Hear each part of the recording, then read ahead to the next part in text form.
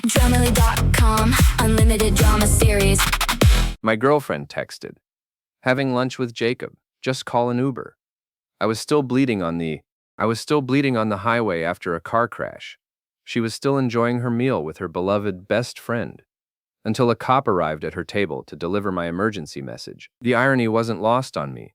Lying there on the shoulder of Interstate 90, with my left leg bent at an angle that would make a yoga instructor weep. My phone had somehow survived the crash better than I had. Screen cracked but functional, displaying Rachel's contact info like a cruel joke. I dialed her number while the paramedic, a kid who looked like he'd started shaving last week, tried to convince me I needed a stretcher. "Just let me call my wife," I muttered, blood trickling from a cut above my eyebrow. The phone rang 4 times. Of course it did.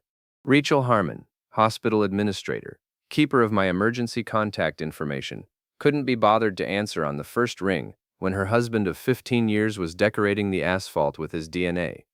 "Nick, what's wrong?" Her voice carried that familiar note of irritation, like I'd interrupted something important, which, apparently, I had. "Hey, sweetheart," I said, watching the young paramedic shake his head at my stubbornness. "So, funny story. Remember how you always said my driving would be the death of me? Well, some jackass in a semi just tried to prove you right. I'm currently having a very intimate conversation with the highway." Silence. Then, "Are you hurt?" "Well, I'm not calling to discuss the weather." "Yeah, I'm hurt. They want to take me to Cleveland General. Can you meet me there?" Another pause. I could hear restaurant chatter in the background, the clink of glasses, someone laughing. "Nick, I'm having lunch with Jacob. Can't you just take an Uber?" I stared at the phone. The paramedic was staring at me too, probably wondering if the head trauma was worse than initially diagnosed. "An Uber," I repeated slowly. "To the emergency room, where they'll want to talk to my next of kin about whether I need surgery. Look, I'll try to get there when I can, okay? Just handle it for now." The line went dead. The paramedic cleared his throat. "Sir, we really need to get you loaded up. That leg needs attention." I let him help me onto the stretcher, my mind processing what had just happened. 15 years of marriage, and my wife had just told me to Uber my way to the hospital. While she had lunch with Jacob Mendoza, the ER doctor who drove a Porsche and looked like he'd stepped out of a medical drama casting call. "Hey," I called to the state trooper who was taking photos of my crumpled Honda. "Officer Martinez, right?" He nodded. "Yeah, you need something? Could you do me a favor? My wife's at Romano's downtown, having lunch. Table probably has a view, knowing her taste. Dark hair, probably wearing something expensive. Sitting with a guy who looks like he practices his concerned doctor face in the mirror. Could you let her know which hospital they're taking me to?" She seemed a little confused about the logistics. Officer Martinez looked at me like I was nuts, but he nodded. "Sure thing. Romano's, you said. Tell her Nick Harmon says thanks for the Uber suggestion, but the ambulance has better insurance coverage." As they loaded me into the ambulance, I couldn't help but laugh. It hurt my ribs, but I laughed anyway. After all, what else do you do when you realize your wife values her lunch date more than your pulse? The paramedic, his name tag read Stevens, was checking my vitals. "Blood pressure's a little high, but that's normal for trauma. Try to stay calm." "Oh, I'm calm," I said, staring at the ambulance ceiling. "I'm having what you might call a moment of clarity. Ever have one of those, Stevens?" "Can't say I have, sir." "They're enlightening, really puts things in perspective." 20 minutes later, as they wheeled me into Cleveland General's emergency department, I caught sight of Officer Martinez walking through the main entrance. He had that purposeful stride cops get when they're about to deliver news nobody wants to hear. I hope Jacob was enjoying his lunch. The ER was typical controlled chaos. Nurses moving with practiced efficiency, doctors barking orders, the steady beep of monitors creating a medical symphony. They parked me in Bay 7, where a tired-looking resident named Dr. Patel started poking and prodding my leg. "Looks like a clean break," she said, studying the x-rays. "We'll need to set it, but you should heal up fine. Lucky you weren't going faster." "Yeah, I'm just overflowing with luck today." She gave me a curious look but didn't comment. Doctors see all kinds in the ER. A bitter husband with a broken leg probably didn't even register on her weirdo meter. My phone buzzed. A text from Rachel. "Officer said you're at General. In surgery meeting, we'll try to stop by later." Surgery meeting, right. I'd been married to a hospital administrator long enough to know that surgery meetings happened in conference rooms, not Italian restaurants with white tablecloths and wine lists. I texted back, "No rush. Apparently I can handle it." "Doctor." Patel was explaining the procedure when I heard familiar voices in the hallway. Rachel's laugh, followed by a deeper male chuckle. They were walking past my bay, probably heading to Jacob's office or wherever it was they conducted their meetings. "Told the cop I was in a surgery meeting," Rachel was saying. "Like I'm supposed to drop everything because Nick can't drive in the rain. Guy needs to learn some independence," came Jacob's voice. "You're not his mother." They passed by without looking in. Rachel, my wife of 15 years, walked right past the bay where I was lying with a broken leg, too busy laughing with Dr. Perfect to notice the curtain wasn't fully closed. Patel noticed my expression. "Everything okay?" "Just peachy," I said. "Hey doc, when you set this leg, maybe you could make it a little stronger than before. I have a feeling I'm going to need it." She smiled, probably thinking I was talking about physical therapy. I wasn't. I was thinking about the long road ahead, and how sometimes a man needs to learn to stand on his own 2 feet, even if one of them comes with a few extra screws. 3 weeks later, I was hobbling around on crutches, packing my stuff into boxes that seemed too small for 15 years of marriage. Rachel had been efficient about the whole thing. Papers served, lawyers contacted, custody arrangements discussed. She'd moved fast, like she'd been planning this for months. Which, considering what I'd learned since my highway revelation, she probably had. "Dad, this is bullshit," Jamie said, taping up a box of my books. At 14, my son had developed a vocabulary that would make a sailor proud, and an attitude that suggested he'd inherited my talent for sarcasm. "Mom can't just kick you out." "Technically, she's not kicking me out," I explained, wrapping my tools in newspaper. "She's creating space for personal growth and healing." Her lawyer's words, not mine. That's the same thing, just with more syllables. The kid had a point. I was moving into the apartment above my restoration shop, a drafty space that smelled like motor oil and old wood. It wasn't much, but it was mine. Plus, the rent was right. I owned the building. Rachel appeared in the doorway, looking like she'd stepped out of a magazine. Hospital administration paid well, and she'd always known how to spend it. "How's the packing going?" "Like a dream," I said. "Nothing says amicable separation like boxing up your life while your wife watches from the doorway." "Nick, don't be dramatic. This is better for everyone." Jamie snorted. "Better for you and Dr. Douche, maybe." "Jamie," Rachel's voice went sharp. "Jacob is a good man, and he's been very patient with this whole situation." "Patient?" I looked up from my box of socket wrenches. "That's an interesting word choice. How long has he been practicing patience exactly?" Rachel's cheeks flushed slightly. "We're not doing this now." "No, I guess we're not. We should have done it months ago, back when honesty was still an option." My phone buzzed. A text from my buddy Ray, who owned Murphy's Tavern downtown. "Heard about the split. First beers on me whenever you're ready." Ray Martinez, not related to Officer Martinez, just one of those cosmic coincidences, had been my friend since high school. He'd also been through a messy divorce 3 years ago, so he understood the particular kind of hell I was navigating. "I'm going to grab some more boxes from the garage," I told Jamie. "Keep packing the books." The garage was my sanctuary, where I restored classic cars and pretended the world made sense. My current project, a 1967 Mustang Fastback, sat under a tarp like a sleeping beast. I'd been working on her for 2 years, and she was almost ready to roar again.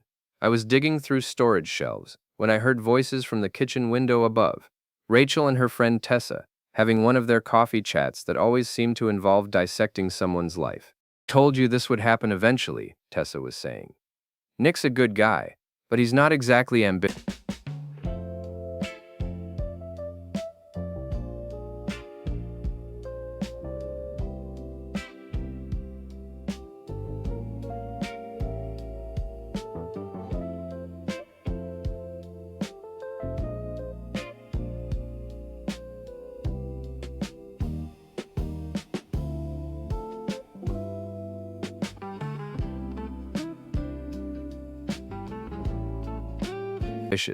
"Jacob's going places." "I know," Rachel replied.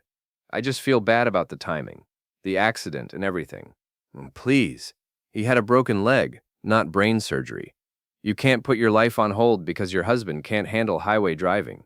I froze, a box of carburetor parts in my hands. Jacob thinks we should move to Columbus, Rachel continued. He's got an offer at Ohio State's Medical Center, department head position. What about Jamie? He can visit Nick on weekends. It might be good for him to get away from all this negativity. I set the box down carefully, afraid I might throw it through the window. They were planning to take my son 3 hours away, so Rachel could play house with Dr. Perfect. The surgery meeting suddenly made a lot more sense. I climbed the stairs back to the house, where Jamie was still packing books and muttering creative insults about his mother's boyfriend. Hey, kiddo, I said. How do you feel about Columbus? He looked up, confused. The city? I don't know. Why? Just wondering.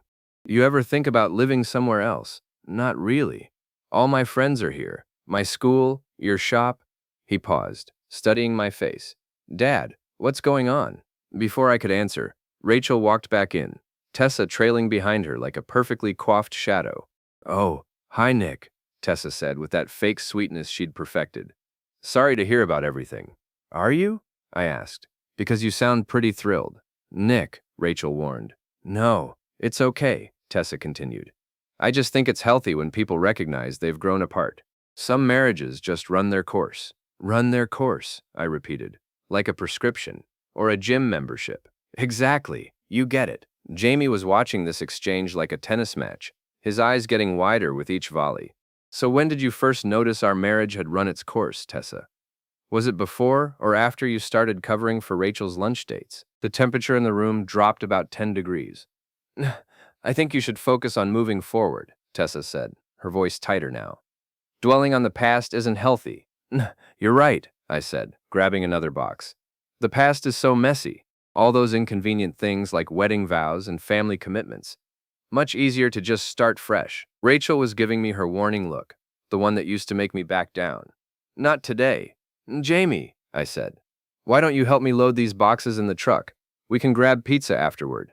Can I stay at your place tonight? He asked. If it's okay with your mom. Rachel hesitated, probably calculating how it would look if she said no. I suppose, just for tonight. As we loaded boxes into my pickup truck, Jamie was unusually quiet. Finally, he spoke up. Dad, are you and Mom getting divorced? I stopped, a box of my old paramedic gear in my hands. I'd been an EMT for 8 years before I started the restoration business. Good job, steady pay. But Rachel had wanted me to aim higher. Ironic, considering where we'd ended up. I don't know yet, buddy. We're separated right now, which means we're taking some time to figure things out. But she's dating Dr. Mendoza. It wasn't a question. Kids see everything, even when adults think they're being subtle. Yeah, I said. She is. That's messed up. Yeah, I agreed. It really is. We finished loading in silence. As I drove away from the house I'd called home for over a decade, I caught sight of Rachel in the rearview mirror, standing in the driveway with Tessa. They were already deep in conversation, probably planning the next phase of Rachel's new life. The apartment above my shop was sparse but functional. 1 bedroom, a kitchenette, and a living area with windows overlooking the street. Jamie helped me carry boxes upstairs, making jokes about the bachelor pad aesthetic. It's not so bad, he said, flopping on the couch I'd bought from a thrift store. Kind of like a man cave, but with more sadness. Thanks for the pep talk, kid. My phone rang. Rachel, Jamie needs to be home by 9 tomorrow, she said without preamble. It's a school night. I know what day it is, Rachel. And Nick, try not to poison him against me, okay? This is hard enough. The line went dead before I could respond. I stared at the phone, wondering when my wife had become someone I didn't recognize. Everything okay? Jamie asked. Sure, I lied. Just your mom being your mom. But as I unpacked my clothes into a dresser that had seen better decades, I couldn't shake the feeling that everything was about to get a lot more complicated. Rachel and Jacob were making plans, and I was apparently just supposed to go along with them. That night, lying on a mattress that squeaked every time I moved, I stared at the ceiling and made some plans of my own.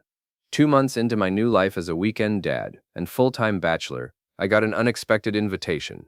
Jamie's school was having their annual fundraiser, and apparently, I was still on the mailing list. The theme was building bridges, which seemed either perfectly appropriate or cosmically ironic, depending on your perspective. You should go, Ray said, sliding another beer across the bar. Murphy's Tavern had become my second home, a place where the bartender knew your story and didn't judge your choices. Show the flag, Let people see you're still standing. Rachel will be there with Dr. Perfect, I pointed out. Might be awkward. So, it's your kid's school too. You got as much right to be there as anyone. Ray had a point. Plus, Jamie had specifically asked me to come. Dad, please don't let Mom and Jacob be the only ones representing our family, he'd said. That would be weird. The fundraiser was at the Marriott downtown, one of those hotel ballrooms that tried too hard to look elegant. I'd rented a tux. My old one no longer fit quite right. Probably from too many of Ray's burgers and not enough home-cooked meals. I arrived fashionably late, hoping to avoid the cocktail hour small talk. The ballroom was packed with Cleveland's suburban elite, all dressed up and ready to bid on vacation packages they didn't need to support programs they'd 2 key cards. You asked for 2. Who was the second 4? My colleague needed a place. Your colleague who calls you baby in her texts? Watch more on Grammarly.com. never use. I spotted Rachel immediately. She was wearing a black dress that probably cost more than my monthly rent, standing near the silent auction table with Jacob at her side. He was in his element, shaking hands and flashing that perfect smile, playing the part of the successful doctor with his beautiful companion. Nick! I turned to find Mrs. Patterson, Jamie's English teacher, approaching with a warm smile. I'm so glad you could make it. Jamie will be thrilled. Wouldn't miss it, I said. How's he doing in class? Wonderful student, very insightful, especially in our discussions about character motivation. She paused, studying my face. He's handling everything very maturely. Everything, right, the polite way of saying your wife's very public midlife crisis. I made my way through the crowd, nodding to parents I recognized, avoiding the ones who gave me pitying looks. The auction items were displayed on tables around the room. Spa weekends, restaurant gift certificates, sports memorabilia. I was examining a vintage Browns jersey when I felt someone approach. Nick! Rachel's voice was carefully neutral. I didn't expect to see you here. Oh, I turned. She looked good, I had to admit. Marriage to me might have been a disappointment, but it hadn't hurt her appearance any. Jacob stood slightly behind her, his hand resting possessively on her lower back. Jamie asked me to come, I said. Something about family representation. Jacob stepped forward, extending his hand. Good to see you, Nick. How's the leg healing up? I shook his hand, resisting the urge to squeeze a little too hard. Good as new. Thanks for asking. Glad to hear it. Rachel was worried about you. Was she? I looked at my wife, who was studying the auction table like it held the secrets of the universe. That's sweet, I said. I was worried about her too. All those late meetings at the hospital, very stressful. Rachel's cheeks flushed slightly. Jacob's smile didn't waver, but something shifted behind his eyes. Well, Rachel said quickly, we should let you enjoy the evening. Come on, Jacob. I want to show you the vacation packages. They moved away, Jacob's hand still on her back. I watched them go, noting how Rachel leaned into him slightly, how he whispered something in her ear that made her laugh. Tough night? I turned to find Tom Bradley, another parent I knew from school events. His son was on Jamie's soccer team. Just getting reacquainted with my new normal, I said. Tom nodded knowingly. Diane and I went through something similar 5 years ago. Different circumstances, but, well, these things happen. How'd it work out? We got through it. Counseling helped. Communication.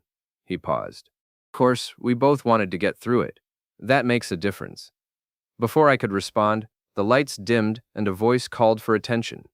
The formal program was beginning, complete with speeches from the principal and the PTA president about the importance of community support. I found a seat near the back, hoping to stay invisible.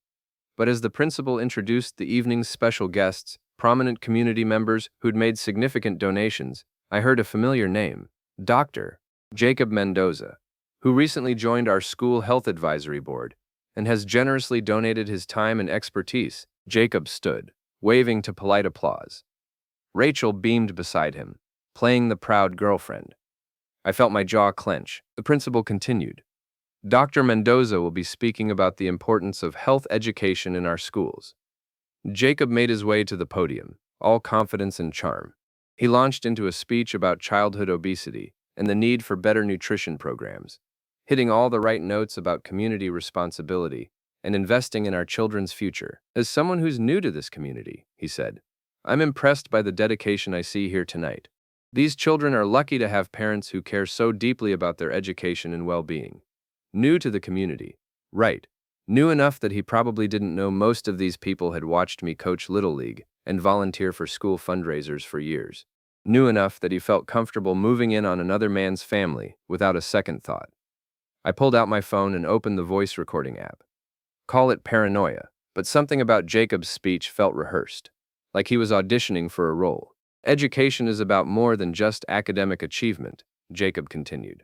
It's about teaching our children to make good choices, to understand consequences, to take responsibility for their actions. The irony was so thick you could cut it with a scalpel. Sometimes, he said, his voice taking on a more personal tone, children find themselves in difficult situations because the adults in their lives haven't modeled the behavior we want to see.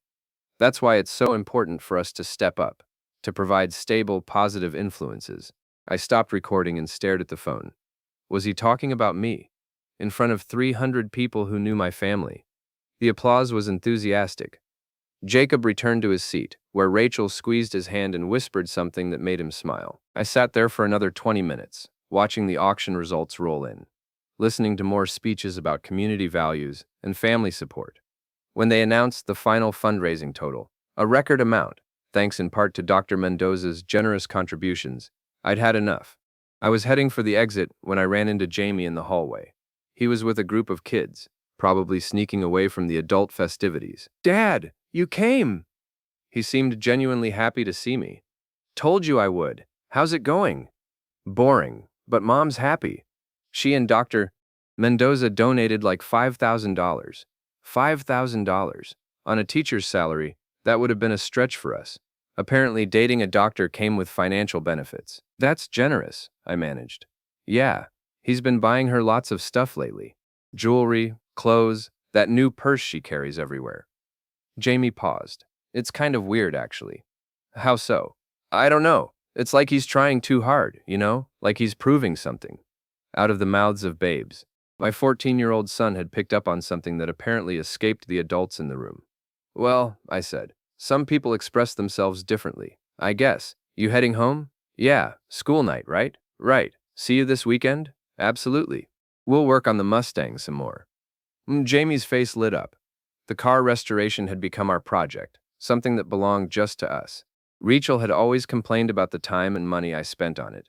But Jamie loved getting his hands dirty, learning how engines worked, seeing something broken become beautiful again. I was almost to my truck when I heard footsteps behind me. "Nick, wait up!" "Nick!" I turned. Jacob was jogging across the parking lot, his tux jacket flapping behind him. "What can I do for you, Doc?" He stopped a few feet away, slightly out of breath. Up close, he was younger than I'd thought, maybe 35, with the kind of smooth confidence that came from never having been truly challenged. "Look," he said, "I know this is awkward, the whole situation, but I want you to know I respect what you and Rachel had. I'm not trying to replace you or anything, just trying to upgrade her, right?" His smile faltered slightly. "That's not, look, Rachel's a remarkable woman. She deserves to be happy. And she wasn't happy with me. I didn't say that. You didn't have to. Your speech in there was pretty clear about adults who don't model good behavior." Jacob had the decency to look uncomfortable. "That wasn't about you specifically." "Sure it wasn't." I stepped closer, close enough to see the uncertainty creep into his eyes. "Let me ask you something, Doc. When did you first realize Rachel was unhappy? Was it before or after you started having lunch meetings?" "Nick, I think you're misunderstanding." Am I?" "Because from where I'm standing, it looks like you saw an opportunity and took it. Married woman, stable family, teenage kid who needed his parents together. But hey, why let that stop you when there's an upgrade available?" Jacob's jaw tightened. "You don't know what you're talking about." "Don't I? Tell me, how long have you been planning the move to Columbus? Because Rachel seems pretty excited about it." The surprise on his face was answer enough. He hadn't expected me to know about that. "Look," he said, his voice dropping, "what happens between Rachel and me is between us. You need to focus on moving on." "Moving on," I repeated. "Right, just pack up 15 years and pretend it never happened. Very convenient for you.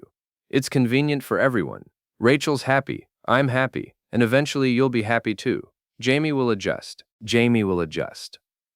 I felt something cold settle in my chest.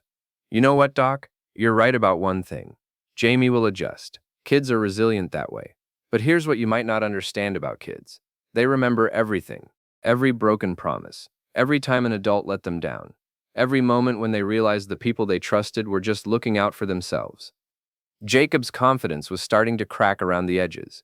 What's that supposed to mean? It means you better hope you're in this for the long haul. Because if you're just playing house with my family until something better comes along, Jamie's going to remember that, and so will I. I walked away before he could respond, leaving him standing in the parking lot in his expensive tux, probably wondering if that had been a threat. It wasn't a threat, it was a promise.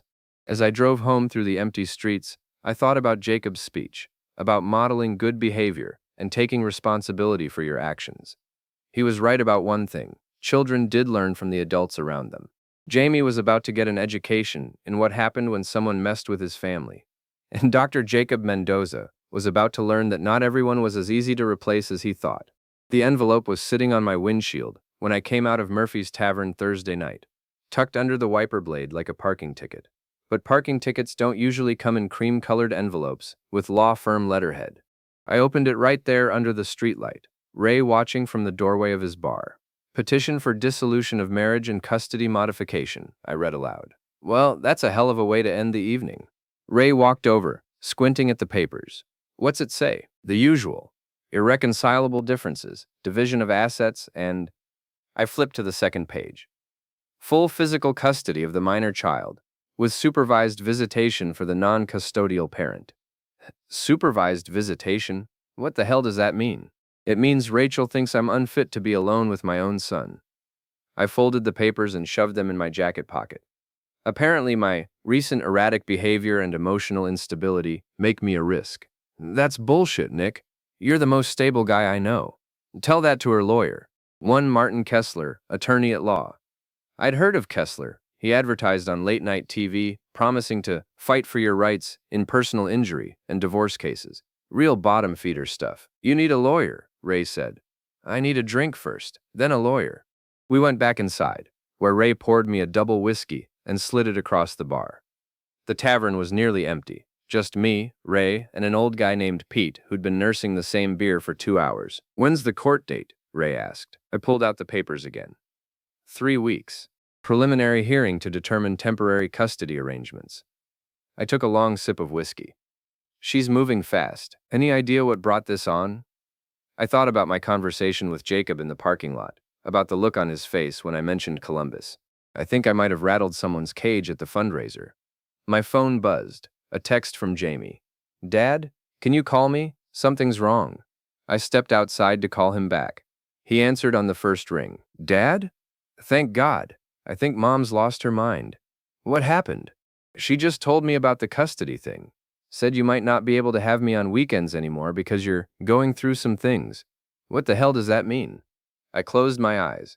Rachel was already working on Jamie, trying to prepare him for the idea that his father was somehow dangerous. It means your mom's lawyer thinks he can convince a judge I'm not stable enough to take care of you. That's insane. You're the most stable person in this whole mess. I appreciate the vote of confidence, kiddo. Where are you now? In my room. Mom and Jacob are downstairs planning something. I heard them talking about Columbus again. What did you hear exactly? Jacob got some job offer there. Department head at the university hospital. Big promotion, lots of money. They want to move this summer. This summer. That was 4 months away. Rachel wasn't just planning to limit my time with Jamie. She was planning to take him 3 hours away. Jamie, I need you to listen to me carefully. Don't let on that you told me about Columbus, okay? And if they ask you about wanting to live with me, just tell them you want what's best for everyone. But I do want to live with you. I know, but right now, we need to be smart about this. Can you do that for me? Yeah, Dad. Are you going to fight this? I looked through the window of Murphy's Tavern, where Ray was wiping down glasses and pretending not to eavesdrop. Pete had finally finished his beer and was counting out exact change for his tab. Normal people living normal lives, not dealing with custody battles and cheating spouses. Yeah, I told my son, I'm going to fight this. The next morning, I called in sick to work and drove to the offices of Patricia Wells, attorney at law. I'd found her online. Family law specialist with good reviews and a downtown office that didn't advertise on TV. Patricia Wells was about 50, with gray hair and sharp eyes that suggested she'd seen every kind of family drama imaginable. Her office was professional but warm, with family photos on her desk and diplomas on the wall. "Mr. Harmon," she said, reviewing the papers I'd brought. "This is quite aggressive for an initial filing. Supervised visitation is usually reserved for cases involving abuse or substance problems. Well, I've never hit anyone, and my biggest vice is beer with dinner. Any mental health issues, depression, anxiety, anything that might have come up during the separation?" I thought about the nights I'd spent staring at the ceiling, wondering where my marriage had gone wrong. "I've been sad, angry, but not crazy. Any incidents with your wife or her boyfriend? Arguments, confrontations?" "We had words at a school fundraiser, nothing physical." She made notes on a legal pad. "Tell me about your relationship with your son." That was easier. I told her about our weekend projects, about Jamie's grades and his friends, about how he'd been handling the separation. She nodded, making more notes. "Mr. Harmon, I'm going to be direct with you. Your wife's attorney is painting a picture of an unstable man who can't handle